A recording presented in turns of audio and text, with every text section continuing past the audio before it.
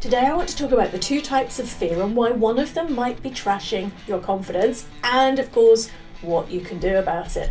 So, we all know what it's like.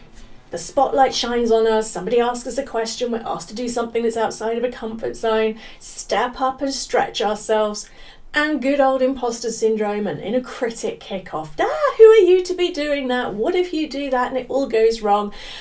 We're very good at what ifing and catastrophizing, particularly in the dark of the night, 3 a.m. classic time, lying awake, telling ourselves all the reasons why we shouldn't do what our heart is calling for us to do.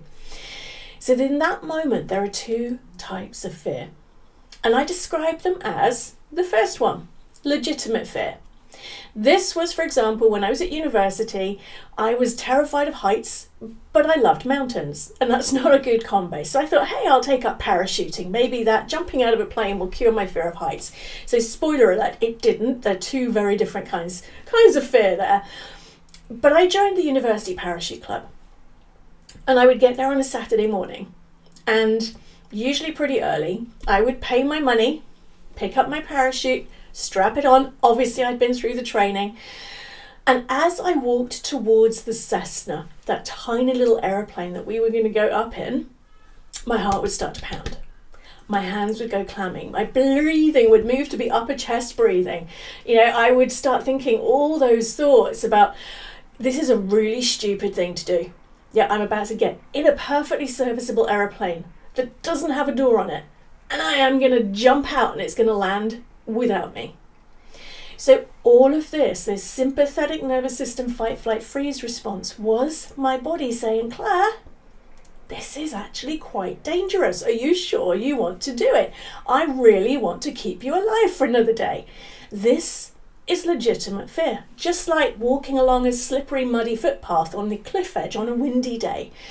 It's that bit of the body that means we're about to cross a road and we pull back because there's a car we hadn't noticed.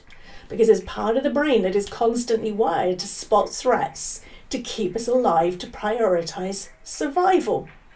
And it definitely prioritizes survival over performance. So legitimate fear is genuine fear of a situation that could cause us injury, harm, or death. But there's a second kind of fear. You're asked to do something that's out of your comfort zone. Yeah, you're asked to do something that is stepping up maybe and expressing an opinion or criticizing a project, telling people you think something's wrong and it won't work. And your heart starts to race and your hands go clammy and you realize you've moved to that upper chatting and you're struggling to remember what it was you even wanted to say. You fired off the sympathetic nervous system, that fight, flight, freeze response, even though there are no parachutes, no doorless aeroplanes, and no cliff paths and no saber-toothed tigers in sight. In your head, you're what-ifing.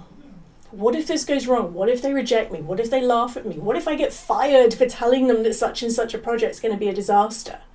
Catastrophizing, worrying about what might happen if we step up and do something that we've convinced ourselves in that primal part of the brain is dangerous.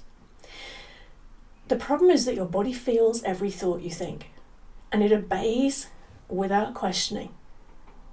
So this second type of fear, I call mind story fear. It is fear that triggers exactly the same physiological responses in the body as being in a genuinely legitimate fear, dangerous, potentially harmful situation. But it's all come from our thoughts. And this is one of the keys with imposter syndrome. Because when we're telling ourselves the story about what if I'm not good enough? What if they realize they made a mistake choosing me? What if they fire me? What if they find me out? Then that's mind story fear running. It fires off the biochemical reactions in the body that feed our emotions, that restrict our actions, and we self-sabotage at a subconscious level in order to feel safe. So if you find that your self-talk is harming your confidence, it's most likely mind story fear. There's all sorts of work we can do together. One of the best things is you can either read Ditching Imposter Syndrome, teach you all about this and how to deal with it in there, work with me on my Imposter Syndrome Bootcamp program. And for now, I want to give you a self-mentoring question that you can use today if you find the mind story fear coming up. It's really simple. Is this really true? Or is this just my mind story fear speaking? Is this really true? Or is it just my mind story fear speaking? And then ask yourself what action you can take instead. So that is the 2 types of fear. Legitimate fear, mind story fear. And it's mind story fear that is trashing your confidence. If you want a personalised action plan on this and to find out what your imposter syndrome score is, take my research-backed questionnaire. It's yours as my gift. The link is below. Go and take that. It takes under 5 minutes, and by the end of the day today, you could be starting to turn this around. If you found this episode useful, please subscribe to my channel, hit that little bell button to make sure you get notified whenever I publish a new video, and I will see you soon with some more Ditching Imposter Syndrome inspiration.